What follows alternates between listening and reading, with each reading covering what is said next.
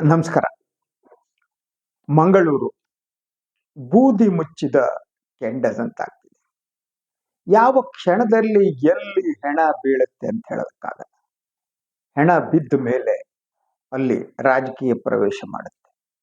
ಹೆಣ ಬಿದ್ದದ್ದು ಯಾರದ್ದು, ಯಾವ ಧರ್ಮದ್ದು ಅನ್ನೋದ್ರ ಮೇಲೆ ಅಲ್ಲಿ ಪ್ರತಿಕ್ರಿಯೆಗಳು ಹೇಗೆ ನೀಡಬೇಕು ಅಂತ ತೀರ್ಮಾನಿಸಲಾಗುತ್ತೆ.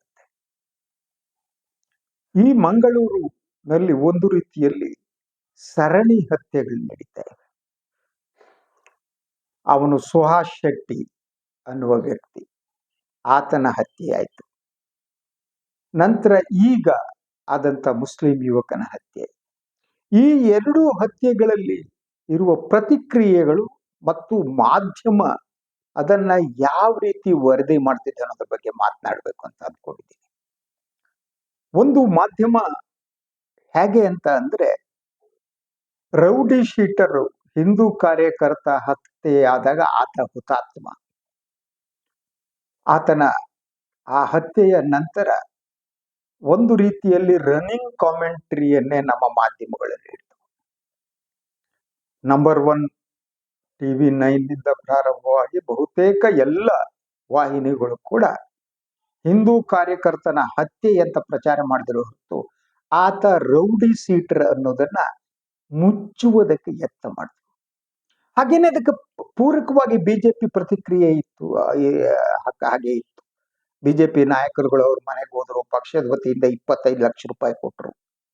ಆಯ್ತಾ, ಮುಖ್ಯಮಂತ್ರಿಗಳು ಹೋಗ್ಬಿಟ್ಟು ಅಲ್ಲಿ ಅವರಿಗೆ ನೋಡ್ಬೇಕಾಗಿತ್ತು, ಸಾಂತ್ವನ ಹೇಳಬೇಕಾಗಿತ್ತು ಅನ್ನುವ ಹೇಳಿಕೆಯನ್ನ ಬಿಜೆಪಿ ಕೊಟ್ಟಿತು. ಇಡೀ ದಿನ ಆ ಒಂದು ಸುಹಾಸ್ ಶೆಟ್ಟಿಯ ಹೆಣವನ್ನೇ ಮಾಧ್ಯಮಗಳು ತೋರಿಸಿ ಕಣ್ಣೀರು ಹಾಕಿದ್ರು. ಕಣ್ಣೀರು ಹಾಕಿ ಕಣ್ಣೀರು ಕೂಡಿ ಹರಿದ್ಬಿಟ್ಟು ನೇತ್ರಾವತಿಯಲ್ಲಿ ಹೋಗ್ಬಾರ್ದು. ಹಾಗೇನೆ ಈ ಬೆಂಗಳೂರಿನಲ್ಲೂ ಕೂಡ ಈ ಚಾನಲ್ಗಳು ಕಣ್ಣೀರು ಹಾಕೋದಿದೆಯಲ್ಲ, ಅದೆಲ್ಲ ಸೇರ್ಬಿಟ್ಟು ವೃಷಭಾವತಿ ಹೋಗಿ ಸೇರ್ಕೊಂಡು ಸರಿ ನಡೀತು. ಅದಕ್ಕೆ ಪ್ರತಿಕಾರವಾಗಿ ಈಗ ನಡೆದ ಹತ್ಯೆ ಪ್ರತಿಕಾರ ಅಂತ ಹೇಳಲಾಗ್ತಾ ಇದೆ. ಈ ಹತ್ಯೆ ಏನಿದೆ, ಈ ಯುವಕರ ಹತ್ಯೆ ಏನಿದೆ, ಆ ಹತ್ಯೆಗೆ ಸಂಬಂಧಪಟ್ಟಂತೆ ಯಾವ ರೀತಿ ಮಾಧ್ಯಮಗಳು ವರದಿ ಮಾಡ್ತವೆ. ನಿನ್ನೆಯಿಂದ ಗಮನಿಸಿ, ಈ ಹತ್ಯೆ ಆದ ಮೇಲೆ, ಆ ಹತ್ಯೆ ಘಟನೆ ಬಗ್ಗೆ ಕೂಡ ಹೇಳ್ತೀನಿ ನಾನು. ಹತ್ಯೆ ಆದ ಮೇಲೆ ಅಲ್ಲಿ ಅವನ ಹೆಣದ ಮೆರವಣಿಗೆ ಏನು, ಆ ಹುಡುಗನ ಯುವಕನ ಮೆರವಣಿಗೆ ನಡಿಬೇಕಾದ್ರೆ ಅಂಗಡಿಯನ್ನ ಮುಚ್ಚಿ ಅಂತ ಕೆಲವು ಯುವಕರು ಗಲಾಟೆ ಮಾಡಿದ್ರು. ಕೆಲವು ಕಡೆ ಎಳೆದು ಬಿಟ್ಟು ಶಟರ್ ಹಾಕಿಸಿದ್ರು. ಸೊ ನಮ್ಮ ಮಾಧ್ಯಮಗಳು ಎರಡದಿಂದ ಕಾನ್ಸಂಟ್ರೇಟ್ ಮಾಡ್ತಾ ಇರುವುದು ಈ ಕಲ್ಲು ಹೊಡೆದದ ಬಗ್ಗೆ ಮಾತ್ರ. ಯಾರು ಕಲ್ಲು ಹೊಡೆದ್ರು, ದುಷ್ಕರ್ಮಿಗಳು. ಒಬ್ಬ ಸುದ್ದಿ ಮಾಡುವನಾಗಿ ಈ ಹತ್ಯಾ ಪ್ರಕರಣ ಇಂಪಾರ್ಟೆಂಟ್ ಆಗುತ್ತೋ, ಅದರ ನಂತರ ಕಲ್ಲು ಹೊಡೆದದ್ದು ಇಂಪಾರ್ಟೆಂಟ್ ಆಗುತ್ತೆ. ನೀವು ಹಿಂದೂ ಯುವಕರ ಹತ್ಯೆ ನಡೆದಾಗ ಆ ಹತ್ಯೆಗೆ ಬೇರೆ ಮಹತ್ವ ಕೊಟ್ಟು ನೀವು ಪ್ರಚಾರ ಮಾಡಿದ್ರಿ. ಹಿಂದೂ ಯುವಕನ ಹತ್ಯೆ ಆಗೋಯ್ತು ಅನ್ನೋ ವಾತಾವರಣ ಸೃಷ್ಟಿ ಮಾಡಿದ್ರಿ. ಮುಸ್ಲಿಂ ಯುವಕ ಸತ್ತಾಗ ಒಂದು ಚಾನಲ್ ಮಟಾಶ್ ಕಟಾಶ್ ಅಂತ ಹಾಕ್ತಿದ್ರು. ಅದು ಆ ಚಾನಲ್ ಇಂದ ಬೇರೆ ಏನೋ ಎಕ್ಸ್ಪೆಕ್ಟ್ ಮಾಡಕ್ ಸಾಧ್ಯ ಇಲ್ಲ. ಅದು ರಿಪಬ್ಲಿಕ್ ಟಿವಿ. ಸೊ ಅವರ ಓವರ್ ಆಲ್ ಅಪ್ರೋಚ್, ಅವರ ಎಡಿಟೋರಿಯಲ್ ಪಾಲಿಸಿ ಹಾಗೇನೆ. ನಾವು ನ್ಯಾಷನಲಿಸಂ ಅಂತ ಹೇಳ್ತಾ ಈ ದೇಶದಲ್ಲಿರುವ ಅಲ್ಪಸಂಖ್ಯಾತರ ಮೇಲೆ ಸತತವಾಗಿ ದಾಳಿ ನಡೆಸಬೇಕು. ಸೊ ಹಿಂದೂ ಸತ್ರೆ ಹುತಾತ್ಮನಾಗ್ತಾನೆ, ಒಬ್ಬ ಮುಸ್ಲಿಂ ಸತ್ರೆ ಮಟಾಶ್. ಇದು ಸ್ಥಿತಿ ಅಂತ, ಈ ಸ್ಥಿತಿ ಇದೆ. ಸೊ ಅದರ ಜೊತೆಗೆ ಬೇರೆ ಬೇರೆ ಡೆವಲಪ್ಮೆಂಟ್ಗಳಾಗ್ತವೆ. ಬಹುತೇಕ ದಕ್ಷಿಣ ಕನ್ನಡ ಜಿಲ್ಲೆಯ ಹಲವಾರು ಮುಸ್ಲಿಂ ನಾಯಕರುಗಳು ಕಾಂಗ್ರೆಸ್ ಪಕ್ಷವನ್ನು ತ್ಯಜಿಸುವುದ ಬಗ್ಗೆ ಯೋಚನೆ ಮಾಡ್ತಿದ್ದಾರೆ. ಸೊ ಇವತ್ತು ಕೂಡ ಅದರ ಸಭೆ ನಡೀತಾ ಇದೆ. ಸಭೆ ನಡೆದ ಮೇಲೆ ಬಹುತೇಕ ಕಾಂಗ್ರೆಸ್ ನಾಯಕರುಗಳು, ಕಾರ್ಯಕರ್ತರುಗಳು, ಉಪಾಧ್ಯಕ್ಷರುಗಳು ಮುಸ್ಲಿಮರು ಅವರು ಕಾಂಗ್ರೆಸ್ ಅನ್ನ ಬಿಡುವ ಬಗ್ಗೆ ಯೋಚನೆ ಮಾಡ್ತಿದ್ದಾರೆ. ಸೊ ಇನ್ನೊಂದು ಜಿಲ್ಲಾ ಉಸ್ತುವಾರಿ ಸಚಿವ ದಿನೇಶ್ ಗುಂಡೂರಾವ್ ಅವರು ಹೇಳಿಕೆ ಕೊಟ್ಟಿದ್ದಾರೆ. ಸೊ ಈ ದಕ್ಷಿಣ ಕನ್ನಡ ಜಿಲ್ಲೆಯಲ್ಲಿ ಈ ಸ್ಥಿತಿ ನಿರ್ಮಾಣ ಆಗೋದಕ್ಕೆ ಬಿಜೆಪಿನೇ ಕಾರಣ. ಸೊ ಈ ಹೇಳಿಕೆ ಏನಿದೆ, ಈ ಹೇಳಿಕೆಗೆ ಬಿಜೆಪಿ ಅವರು ಬೇರೆ ಬೇರೆ ರೀತಿ ಪ್ರತಿಕ್ರಿಯೆಗಳನ್ನ ನೀಡ್ತಾರೆ. ಸೊ ಬಿಜೆಪಿ ಪ್ರತಿಕ್ರಿಯೆಗಳ ಬಗ್ಗೆ ನಾನು ಇವತ್ತು ಯೋಚನೆ ಮಾಡ್ತಾ ಇದ್ದೆ. ನೋಡಿ, ಎರಡು ಘಟನೆಗಳನ್ನ ನೀವು ನೋಡಿ, ಇವರ ಪ್ರತಿಕ್ರಿಯೆ ಹೇಗಿರುತ್ತೆ ಅಂತೇಳಿ.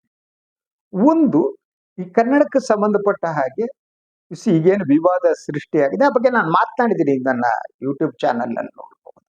ಸೊ ಕಮಲ್ ಹಾಸನ್ ಅವರು ನೀಡಿದ ಹೇಳಿಕೆಗೆ ಸಂಬಂಧಪಟ್ಟ ಹಾಗೆ ಹೋಗ್ಬಿಟ್ಟು ಆ ಕಮಲ ಹಾಸನ್ಗೆ ಲುಚ್ಚ ವಿಚ್ಚ ಕನ್ನಡ ಅಭಿಮಾನ ಅಂತ ಮಾತಾಡ್ತಾರೆ. ಆದ್ರೆ ಕನ್ನಡದ ಒಬ್ಬ ಮಹಿಳೆಗೆ, ಒಬ್ಬ ಲೇಖಕಿಗೆ ಬೂಕರ್ ಪ್ರಶಸ್ತಿ ಬಂತಲ್ಲ, ಅದ್ರ ಬಗ್ಗೆ ಬಿಜೆಪಿ ಯಾವ್ದಾದ್ರು ನನ್ನ ನಾಯಕರು ಸಂತೋಷ ಪಟ್ಟಿದ್ದೀನಿ ನೋಡಿದ್ದೀರಾ ನೀವು? ಯಾರಿಗಾದ್ರೂ ಕನ್ನಡದ ಅದ್ಭುತವಾಗಿ ಕನ್ನಡಕ್ಕೆ ಸಿಕ್ಕ ಗೌರವ ಅದು ಮೊದಲ ಬೂಕರ್ ಪ್ರಶಸ್ತಿ ಅಲ್ವಾ? ಅದ್ರ ಬಗ್ಗೆ ಏನಾದರೂ ಪ್ರತಿಕ್ರಿಯೆ ಬಿಜೆಪಿ, ಅದ್ರ ಜೊತೆಗೆ ಮಾಧ್ಯಮ ಕೂಡ ಸಿಂಪ್ಲಿ ಅವಳು ಮುಸ್ಲಿಂ ಮಹಿಳೆ ಅನ್ನುವ ಕಾರಣಕ್ಕಾಗಿ ಬಾನು ಮುಷ್ತಾಕ್ ಅವರು. ಸೊ ಅಲ್ಲಲ್ಲಿ ಇಂಟರ್ವ್ಯೂಗಳು ಬಂದರೂ ಕೂಡ ಅದನ್ನ ಹೇಗೆ ಸೆಲಿಬ್ರೇಟ್ ಮಾಡಬೇಕಾಗಿತ್ತು ಅಂತ ಸೆಲಿಬ್ರೇಷನ್ ಮಾಧ್ಯಮಗಳಲ್ಲ, because is a Muslim women. ಅದರಂತೆ ಬಿಜೆಪಿ ಕನ್ನಡದ ಬಗ್ಗೆ ಕಮಲ್ ಹಾಸನ್ ವಿಚಾರದಲ್ಲಿ ಕಮಲ್ ಹಾಸನ್ಗೆ ಹುಚ್ಚ ವಿಚ್ಚ ಕನ್ನಡದ ಬಗ್ಗೆ ಗೊತ್ತಿಲ್ಲ, ಕನ್ನಡ ಭಾಷೆ, ಕನ್ನಡ ಸಂಸ್ಕೃತಿ, ಕನ್ನಡ ಪರಂಪರೆ, ಕನ್ನಡ ಭಾಷೆ ಇತಿಹಾಸ ಗೊತ್ತಾ ಅಂತ ಮಾತನಾಡುವ ಈ ಜನ ಕನ್ನಡಕ್ಕೆ ಒಂದು ಬೂಕರ್ ಪ್ರಶಸ್ತಿಯನ್ನ, ಅಂತಾರಾಷ್ಟ್ರೀಯ ಮಟ್ಟದ ಬೂಕರ್ ಪ್ರಶಸ್ತಿ ಅದು ಇಲ್ಲಿ ಜ್ಞಾನಪೀಠಿ ಪೀನಪೀಠಿ ಇಂಥದ್ದಲ್ಲ. ಅದರ ಆಯ್ಕೆಯ ವಿಧಾನನೇ ಬಹಳ ಅದ್ಭುತವಾದ್ದು. ಅದು ಇನ್ನೊಂದ್ಸಲ ಹೇಳ್ತೀನಿ, ಬೂಕರ್ ಪ್ರಶಸ್ತಿಯನ್ನ ಹೇಗೆ ಆಯ್ಕೆ ಮಾಡ್ತಾರೆ ಕಮಿಟಿ ಹೇಗೆ, ಅದಕ್ಕೆ ಅಂತಾರಾಷ್ಟ್ರೀಯ ಮಾನ್ಯತೆ ಇರುವಂತದ್ದು ಕಾಯ್ತಾರೆ ಬರಗಾರ. ಸೊ ನನ್ನ ಜೀವನದಲ್ಲಿ ಒಬ್ಬಾದ್ರೂ ಬೂಕರ್ ಪ್ರಶಸ್ತಿ ಸಿಗ್ಲಪ್ಪ ಅಂತ. ಇಂಡಿಯಾದವ್ರು ಮಾತ್ರ ಅಲ್ಲ, ವಿಶ್ವದ ಎಲ್ಲ ಭಾಷೆಯ ಲೇಖಕರು ಸಾಹಿತಿಗಳು ಒಂದೆಲ್ಲ ಒಂದು ದಿನ ನನಗೊಂದು ಬೂಕರ್ ಪ್ರಶಸ್ತಿ ಬರಲಿ ಅಂತ ಕಾಯ್ತಾರೆ. ಅಂತ ಪ್ರಶಸ್ತಿ ಬಂದ್ರೆ ಕನ್ನಡದ ಅಭಿಮಾನದ ಬಗ್ಗೆ ಈ ರೀತಿ ಮಾತನಾಡುವ ಜಾಡಿಸುವ ಈ ಜನ ಏನಿದ್ದಾರೆ, ಕಮಲ್ ಹಾಸನ್ ಹೇಳಿಕೆಯ ಬಗ್ಗೆ ಕನ್ನಡಕ್ಕೆ ಬಾನು ಮುಷ್ತಾಕ್ ಅವರು ಇಂಥ ಒಂದು ಪ್ರಶಸ್ತಿ ತಂದು ಕೊಟ್ಟಿದ್ದಾರೆ ಅಂತ ಒಂದು ಮಾತು ಅಲ್ವಾ? ಯೂಸ್ವಲಿ ಇನ್ಯಾರೋ ಆಗಿದ್ರೆ, ಅವ್ರು ಏನೋ ಹಿಂದೂ ಆಗಿದ್ರೆ ಆವಾಗ ಹೋಗ್ಬಿಟ್ಟು ಮೆರವಣಿಗೆಗಳನ್ನ ಸ್ಟಾರ್ಟ್ ಮಾಡ್ಕೊತಿದ್ರು, ಸನ್ಮಾನಗಳನ್ನ ಸ್ಟಾರ್ಟ್ ಮಾಡ್ತಿದ್ರು, ಎಲ್ಲವನ್ನ ಮಾಡ್ತಿದ್ರು. ಆ ಹಿಂದೂ ಅಲ್ಲ, ಅವಳು ಮುಸ್ಲಿಂ ಮಹಿಳೆ ಅನ್ನುವ ಕಾರಣಕ್ಕಾಗಿ ಈ ಪ್ರಶಸ್ತಿಯ ಬಗ್ಗೆ ಮಾತೇ ಆಡ್ತಾ ಇಲ್ಲ ಬಿಜೆಪಿ ನಾಯಕರು. You see this is the thing ಅಂತ. This is a double standard ಅಂತ. ಒಂದ್ ಕಡೆ ಮಾಧ್ಯಮದ ಡಬಲ್ ಸ್ಟ್ಯಾಂಡರ್ಡ್ ಕಾಣ್ತಾ ಇದೆ ಇಡೀ ಅಪ್ರೋಚ್ ಅಲ್ಲಿ, ಸುದ್ದಿಯಲ್ಲಿ. ಆ ಸುದ್ದಿಯಲ್ಲಿರುವ ಡಬಲ್ ಸ್ಟ್ಯಾಂಡರ್ಡ್ಗಳು ಏನ್ ಕಾಣ್ತೀವಿ ಅಂತಂದ್ರೆ, ಬಹುತೇಕ ಮಾಧ್ಯಮದಲ್ಲಿ ಇರುವವರು ಇವರೆಲ್ಲ ಏನಿದ್ದಾರೆ ನಾಗಪುರದವರಾಗಿದ್ದಾರೆ. ಸೊ ನಾನು ಹಲವು ಸಂದರ್ಭದಲ್ಲಿ ಹೇಳೋದಿದೆ, ಒಂದು ಈ ನಮ್ಮ ಮಾಧ್ಯಮಕ್ಕೆ ಜನಿವಾರ ಹಾಕಲಾಗಿದೆ ಅಂತ ನಾನು ಬಹಳ ಸಂದರ್ಭದಲ್ಲಿ ಹೇಳ್ತೀನಿ. ಅಂದ್ರೆ ಜನಿವಾರ ಅನ್ನೋದು ಕೇವಲ ಇದಕ್ಕಾಗಿ ಹೇಳ್ತಾರೆ, ದ ಸ್ಟೇಟ್ ಆಫ್ ಮೈಂಡ್ ಅಂತ. ಆ ಸ್ಟೇಟ್ ಆಫ್ ಆ ಮನಸ್ಥಿತಿ ಇದೆಯಲ್ಲ, ಅದು ಈ ಒಂದು ಮನಸ್ಥಿತಿ ಮಾಧ್ಯಮವನ್ನ ಆಕ್ರಮಿಸಿ ಬಿಟ್ಟಿದೆ, ಮಾಧ್ಯಮವನ್ನ ರೂಲ್ ಮಾಡ್ತಾ ಇದೆ. ಆ ಮಾಧ್ಯಮ ರೂಲ್ ಮಾಡಬೇಕಾದಂತ ಪ್ರಥಮ ಮಾಧ್ಯಮದಲ್ಲಿ ಇರಬೇಕಾದವರಿಗೆ ಇವತ್ತಿನ ದಿನ ಮೊದಲ ಗುಣ ಯಾವುದು ಅಂದ್ರೆ, ಅವರು ಮುಸ್ಲಿಮರನ್ನ ಅಲ್ಪಸಂಖ್ಯಾತರನ್ನ ವಿರೋಧಿಸಬೇಕು. ಫಸ್ಟ್ ಅವರ ಅದು ಎಜೆಂಡಾ ಫಸ್ಟ್. ಸೆಕೆಂಡ್ ಥಿಂಗ್, ಅಲ್ಪಸಂಖ್ಯಾತರನ್ನು ವಿರೋಧಿಸುವ ಜೊತೆಗೆ ಹಿಂದುತ್ವದ ಎಜೆಂಡಾವನ್ನ ಅನುಷ್ಠಾನಗೊಳಿಸಬೇಕು. That is second thing. Third thing, ವರ್ಣಾಶ್ರಮ ಧರ್ಮ ಏನಿದೆ, ವೈದಿಕ ಪರಂಪರೆ ಏನಿದೆ, ಅದರ ಪ್ರತಿಪಾದನೆ ಮಾಡಬೇಕು. Third thing. ಫೋರ್ತ್ ಥಿಂಗ್, ಈ ದೇಶ ಮತ್ತು ಪ್ರಧಾನಿ ನರೇಂದ್ರ ಮೋದಿ ಇಬ್ರು ಒಂದೇ ಅಂತ. ನೀವು ಮೋದಿ ಅವರನ್ನ ಟೀಕೆ ಮಾಡೋದಿಲ್ಲ, ಮೋದಿಯನ್ನು ಟೀಕೆ ಮಾಡಿದ್ರೆ ನೀವು ದೇಶವನ್ನ ಟೀಕೆ ಮಾಡದಂತೆ. ಈ ನಂಬಿಕೆಯನ್ನು ಇಟ್ಕೋಬೇಕು. ಮತ್ತು ನೀವು ಕೆಲಸ ಮಾಡಬೇಕಾದ್ರೂ ಮಾಧ್ಯಮದಲ್ಲಿ ಪ್ರತಿಪಕ್ಷವಾಗಿ ಕೆಲಸ ಮಾಡಬೇಕು. ನೀವು ಯಾವ ಕಾರಣಕ್ಕೂ ಆಡಳಿತ ಪಕ್ಷ ಮೋದಿ ಸರ್ಕಾರವನ್ನ ಟೀಕೆ ಮಾಡಕೂಡದು, ಆದರೆ ಸದಾ ಕಾಂಗ್ರೆಸ್ ಪಕ್ಷವನ್ನ ಟೀಕೆ ಮಾಡಬೇಕು. ಸೊ ಕಾಂಗ್ರೆಸ್ ಪಕ್ಷವನ್ನ ಟೀಕೆ ಮಾಡ್ತಾ ಮಾಡ್ತಾ ಮೋದಿದ್ ಯಾರಾದ್ರೂ ಮೋದಿ ತಪ್ಪುಗಳನ್ನ ತೋರ್ಸಕ್ ಹೋದ್ರೆ ಅವರನ್ನ ಗುಲಾಮರು ಅಂತ. These are the agendas. So coming to this point, ಇದೇನಿದೆ, ಸೊ ನಡೆದದ್ದು ಏನು ಅಂತವನ್ನು ಅಬ್ದುಲ್ ರೆಹಮಾನ್ ಅನ್ನುವ 32 ವರ್ಷದ ಹುಡುಗ, ಅವು ಯಾವುದೇ ಸಂಘಟನೆಯಲ್ಲಿ ಇದ್ದವನಲ್ಲ ಹುಡುಗ. ಆತ ಅಲ್ಲಿನ ಅವನ ಇರುವ ಏರಿಯಾ ಏನಿದೆ, ಆ ಏರಿಯಾದ ಮಸೀದಿಯ ಕಮಿಟಿಯಲ್ಲಿದ್ದವನು. ಅದು ಬಿಟ್ರೆ ಆತ ಬಹುಮಟ್ಟಿಗೆ ಮರಳುಗಳನ್ನ ಸಾಗಾಣಿಕೆ, ಒಂದೇ ಒಂದು ವಾಹನ ಇತ್ತು, ಅದರ ಮರಳುಗಳನ್ನ ಸಾಕಾಣಿಕೆ ಮಾಡ್ತಿದ್ದ. ಬಹಳಷ್ಟು ಹಿಂದೂಗಳಿಗೆ ಆತ ಮರಳುಗಳನ್ನು ತಗೊಂಡೋಗಿ ಅವ್ರ ಮನೆ ಕಟ್ಟಬೇಕಾದ್ರೆ ಕೊಡೋದು ಅವನ ಕೆಲಸ ಅಷ್ಟೆ. ಸೊ ಒಬ್ಬ ಸಾಮಾನ್ಯ ಯುವಕ, ಅವನಿಗೆ ಹಿಂದುತ್ವ ಆಗಲಿ, ಇಸ್ಲಾಮಿಸಮ್ ಆಗಲಿ, ಇಸ್ಲಾಂ ಆಗಲಿ ಮತ್ತೊಂದು ಏನೂ ಇಲ್ಲದ ಒಬ್ಬ ನಿಷ್ಠಾವಂತ ಧಾರ್ಮಿಕ ಧರ್ಮ ಇದೇ ಮಸೀದಿಗೆ ಹೋಗ್ತಿದ್ದ ಬರ್ತಿದ್ದ, ಕೆಲಸ ಅವನ ಬದುಕು ಅವನು ಮಾಡ್ತಾ ಎಂದು ಕೂಡ ಈಗ ಬರುವ ವರದಿ ಪ್ರಕಾರ ಏನು ದ್ವೇಷದ್ದಾಗ್ಲಿ ಜಗಳ ಆಗ್ಲಿ ಏನೂ ಮಾಡದ ಮುಗ್ಧ ಯುವಕ. ಆತನ ತಂದೆ ಮಾತನಾಡಿದ್ದನ್ನ ಕೇಳಿದೆ. ಅವ್ರು ಹೇಳಿದ, ನನಗೆ ತಂದೆ ಹೇಳಿದ, ನನಗೂ ಆರೋಗ್ಯ ಸರಿ ಇಲ್ಲ, ನನ್ನ ಹೆಂಡತಿಗೂ ಆರೋಗ್ಯ ಸರಿ ಇಲ್ಲ, ನನ್ನ ನನ್ನ ಮಗನನ್ನ ಕೊಂದ್ರಲ್ಲ, ಅವನ ಮುಖ ನೋಡಿ ಅವ್ರಿಗೆ ಯಾಕೆ ಕೊಂದ್ರು? ಆ ಮುಖ ನೋಡಿದೀರಾ ನೀವು? ಆ ಮುಖ ನೋಡಿದ್ರೆ ಅಂತ ಯುವಕರನ್ನ ಯಾರು ಹತ್ಯೆ ಮಾಡೋದಕ್ಕೆ ಸಾಧ್ಯನಾ? ನಮ್ಮನ್ನ ಯಾಕೆ ಬಿಟ್ಟಿದ್ದೀರಿ, ನಮ್ಮನ್ನು ಮುಗಿಸ್ಬಿಡಿ ಅಂತ ತಂದೆ ಕಣ್ಣೀರು ಹಾಕೋದನ್ನ ನೋಡಿದೆ. That is the situation. ಅಂದ್ರೆ ಏನೂ ಸಂಬಂಧ ಇಲ್ಲದ ಒಬ್ಬ ವ್ಯಕ್ತಿಯನ್ನ ಹತ್ಯೆ ಮಾಡೋದಂಥದ್ದು. ಅವ್ರು ರೌಡಿ ಶೀಟರಲ್ಲ. ಆದ್ರೆ ನಮ್ಮ ಮಾಧ್ಯಮಗಳ ದೃಷ್ಟಿಯಲ್ಲಿ ರೌಡಿ ಶೀಟರ್ ಹತ್ಯೆಗೆ ಯಾವ ಬೆಲೆಯೋ ಆತನನ್ನ ಹುತಾತ್ಮನಾಗಿಸುವಂತಹ ನಮ್ಮ ಈ ಮಾಧ್ಯಮ, ಬ್ರಾಹ್ಮಿನಿಕಲ್ ಮೀಡಿಯಾ, ಇವರು ಒಬ್ಬ ಮುಸ್ಲಿಂ ಸಾಮಾನ್ಯ ಯುವಕನನ್ನ ಹತ್ಯೆಯನ್ನ ಅದನ್ನ ನೆಗ್ಲೆಕ್ಟ್ ಮಾಡುವ ರೀತಿ ಅಂತ ಹತ್ಯಾ ಪ್ರಕರಣ ಕಾಣಕೂಡದು. ಅದಕ್ಕಾಗಿ ಕಲ್ಲು ಹೊಡೆದರು, ಎಳೆದರು, ಅಂಗಡಿಯ ಬಾಗಿಲು ಹಾಕಿಸಿದರು. ದುಷ್ಕರ್ಮಿಗಳು ಅಲ್ಲಯ್ಯ, ಕೊಂದವರು ದುಷ್ಕರ್ಮಿಗಳು. ಕೊಂದವರು ಯಾರು ಅಂತ ಅವರ ಜೊತೆಗಿದ್ದಂಥವನು ಬಹಳ ಸ್ಪಷ್ಟವಾಗಿ ಹೇಳಿದ್ದಾರೆ. ಆತನ ಆಸ್ಪತ್ರೆಗೆ ಕರ್ಕೊಂಡು ಹೋಗ್ಬೇಕಾದ್ರೆ ಇವನ ಜೊತೆಗಿದ್ದವನೇನಿದ್ದ ಅವನು ಕಾರ್ಮಿಕ ಒಬ್ಬ. ಆತ ಹೆಸರು ಕೂಡ ಹೇಳಿದ್ದಾನೆ, ದೀಪಕ್ ಮತ್ತು ಸುಮಿತ್ ಅಂತ. ಹಾಗೂ ಇತರ 13 ಜನ, 15 ಜನರ ಗುಂಪು ಅಲ್ಲಿ ಬಂದಿತ್ತು ಅನ್ನೋ ಮಾತನ್ನ ಹೇಳಿದ್ದಾರೆ. ಈಗ ಪೊಲೀಸ್ ಹೇಳೋ ಪ್ರಕಾರ ಫುಲ್ ಕುಡಿದಿದ್ರು. ಧರ್ಮವನ್ನ ಉಳಿಸುವವರು ಕುಡಿದು ಮಚ್ಚು ಇದವರನ್ನ ಹಿಡ್ಕೊಂಡು ಬಂದಿದ್ದಾರೆ ಅನ್ನೋದು ವರದಿ ತಿಳಿಸುತ್ತೆ. ಕುಡಿದು ಬಂದು ಹತ್ಯೆ ಮಾಡಿದ್ದಾರೆ. ಸೊ ಅದಕ್ಕೆ ಪೊಲೀಸ್ ಅಧಿಕಾರಿಗಳು ಹೇಳುವ ಪ್ರಕಾರ, ಅಲ್ಲಿ DGP ಉಳಿದವ್ರು ಹೇಳುವ ಪ್ರಕಾರ, ಇದು ದಟ್ ಯಾರು ಸುಹಾಸ್ ಶೆಟ್ಟಿನ ಯಾವನ ಹತ್ಯೆ ಆಯ್ತಲ್ಲ, ಅದಕ್ಕೆ ಪ್ರತಿಕಾರವಾಗಿ ಯಾರೋ ಒಬ್ಬ ಮುಸ್ಲಿಮ್ರು ಸಹ ಹೊಡೆದಾಕ್ಬಿಡ.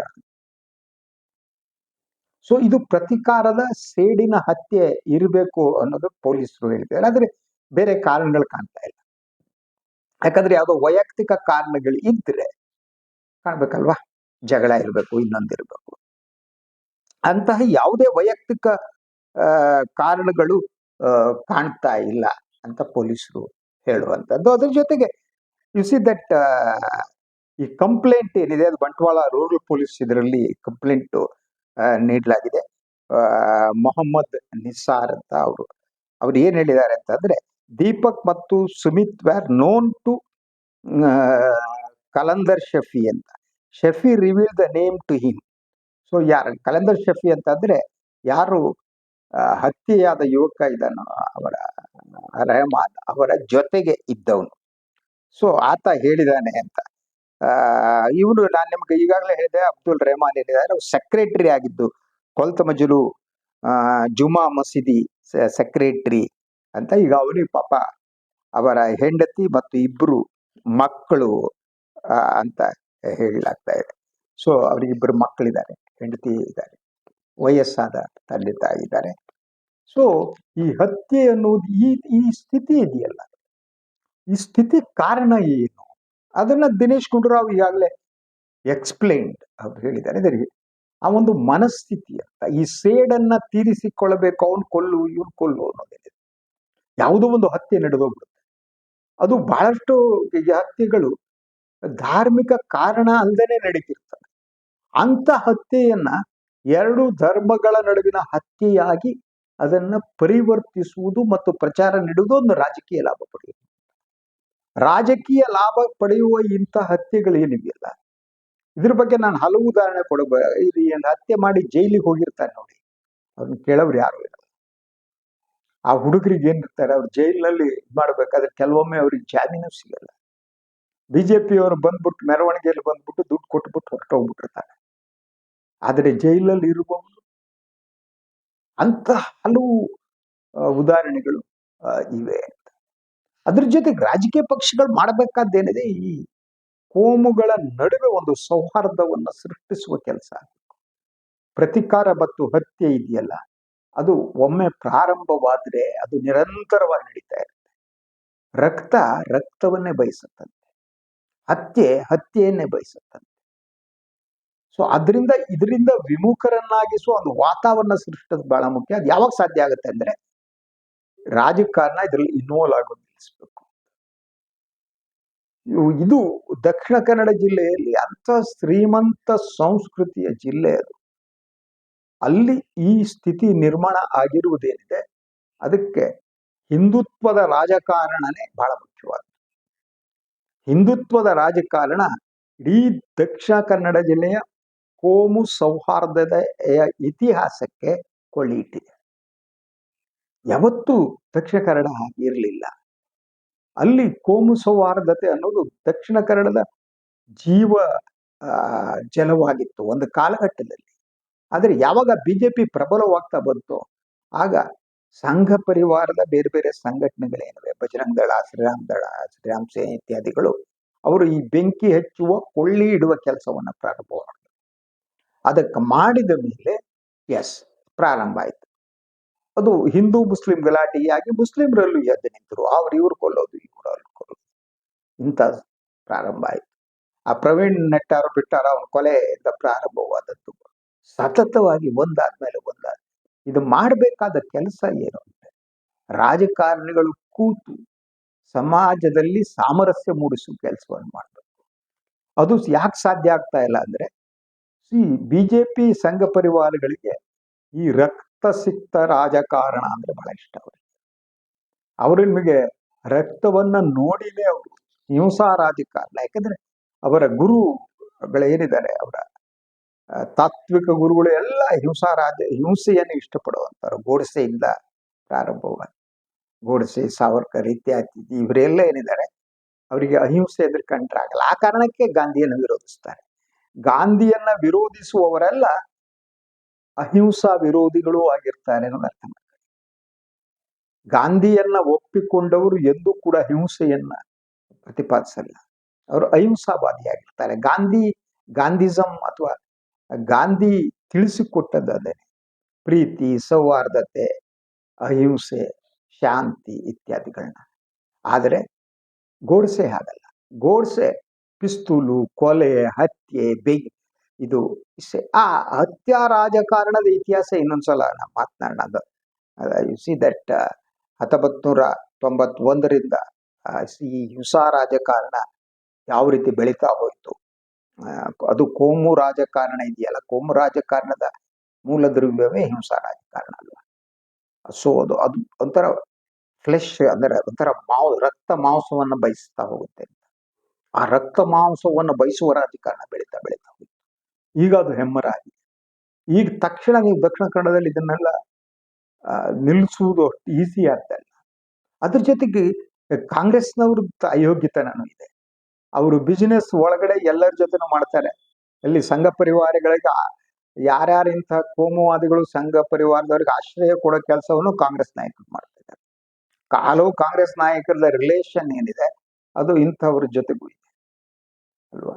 ಸೊ ಅದು ಒಟ್ಟಾರೆ ಅಲ್ಲಿ ಆ ಕೋಮು ರಾಜಕಾರಣವನ್ನ ಇದು ಮಾಡಕ್ ಸಾಧ್ಯನೇ ಆಗದೆ ಇರೋದಕ್ಕೆ ಅದು ಕಾರಣ. ಅದ್ರ ರಾಜಕಾರಣಕ್ಕಾಗಿ ದಟ್ ಮೇಲ್ಗಡೆ ಈ ರೀತಿ ಬೆಂಕಿ ಹಚ್ಚುವ ಕೆಲಸ ಮಾಡ್ತಾ, ಒಳಗಡೆ ಒಬ್ಬರನ್ನ ಒಬ್ಬರು ಪ್ರೀತಿಸ್ತಾ, ಜಾಯಿಂಟ್ ಆಗಿ ಬಿಸಿನೆಸ್ ಮಾಡ್ತಾ ದುಡ್ಡು ಮಾಡ್ಕೊಂಡು ಓಡಾಡ್ತಾರೆ. ಸೊ ಇದು ನಿಲ್ಲುವವರೆಗೆ ಸಾಧ್ಯ ಇಲ್ಲ. Congress it should be clear. Congress clarity ಇರಬೇಕು ಅಂತ. ಆದ್ರೆ ಕಾಂಗ್ರೆಸ್ ಪಕ್ಷಕ್ಕೆ ಅಂಥ ಒಂದು ಕ್ಲಾರಿಟಿ ನನಗೆ ಕಾಣ್ತಾ ಇಲ್ಲ. ಅದೇ ಸಮಸ್ಯೆ. ಇನಿವೆ ಈ ಹತ್ಯಾ ರಾಜಕಾರಣ ಮತ್ತು ಈ ಹತ್ಯಾಕಾಂಡ ನಿಲ್ಲಲಿ. ಅದ್ರ ಜೊತೆಗೆ ಮಾಧ್ಯಮ ಇದೆಯಲ್ಲ, ಈ ರೀತಿ ತಾರತಮ್ಯ ಮತ್ತು ಡಬಲ್ ಸ್ಟ್ಯಾಂಡರ್ಡ್ ಮಾಧ್ಯಮ that they should stop it. So ಆದ್ರೆ ಆಗಲ್ಲ. ನಂಬರ್ 1 ಚಾನಲ್, ಎಲ್ಲ ಚಾನಲ್ಗಳು ಅದೇ ರೀತಿ ಮಾಡ್ತಾ ಇವೆ. TV9, News 18 ಎಲ್ಲರೂ ಅವರ ಉದ್ದೇಶ ಬಹಳ ಸ್ಪಷ್ಟವಾಗಿದೆ. ಬಿಜೆಪಿಯನ್ನ ಬೆಂಬಲ ಕೊಡಬೇಕು, ಹಿಂದುತ್ವಕ್ಕೆ ಬೆಂಬಲ ಕೊಡಬೇಕು, ಮುಸ್ಲಿಮರನ್ನ ವಿರೋಧಿಸಬೇಕು. ಆದ್ರಿಂದ ರೌಡಿ ಶೀಟರ್ ಹತ್ಯೆ ಆದ್ರೂ ಕೂಡ ಅವನು ಹುತಾತ್ಮನಾಗ್ತಾನೆ. ಮುಸ್ಲಿಂ ಅಮಾಯಕ ಹತ್ಯೆ ಆದರೂ ಕೂಡ ಮಟಾಶ್ ಮಟಾಶ್ ಮಟಾಶ್ ಇದು ಸ್ಥಿತಿ. ಇದು ಇವತ್ತಿನ ಸುದ್ದಿ ವಿಶ್ಲೇಷಣೆ. ಇನ್ನೊಂದು ವಿಚಾರದಾಗ ಮತ್ತೆ ಬರ್ತೀನಿ. ನನ್ನ ವಾಹಿನಿ ಲೈಕ್ ಮಾಡಿ, ಸಬ್ಸ್ಕ್ರೈಬ್ ಮಾಡಿ, ಬೆಲ್ ಐಕಾನ್ ಪ್ರೆಸ್ ಮಾಡೋಕೆ ಮರಿಬೇಡಿ. ಹಾಗೇನೆ ಸಾಧ್ಯ ಆದರೆ ಸಹಾಯ ಮಾಡಿ. ಸ್ವತಂತ್ರ ಪತ್ರಿಕೋದ್ಯಮಕ್ಕೆ ತಮ್ಮ ಬೆಂಬಲ ಸದಾ ಇರಲಿ. ಎಲ್ಲರಿಗೂ ನಮಸ್ಕಾರ.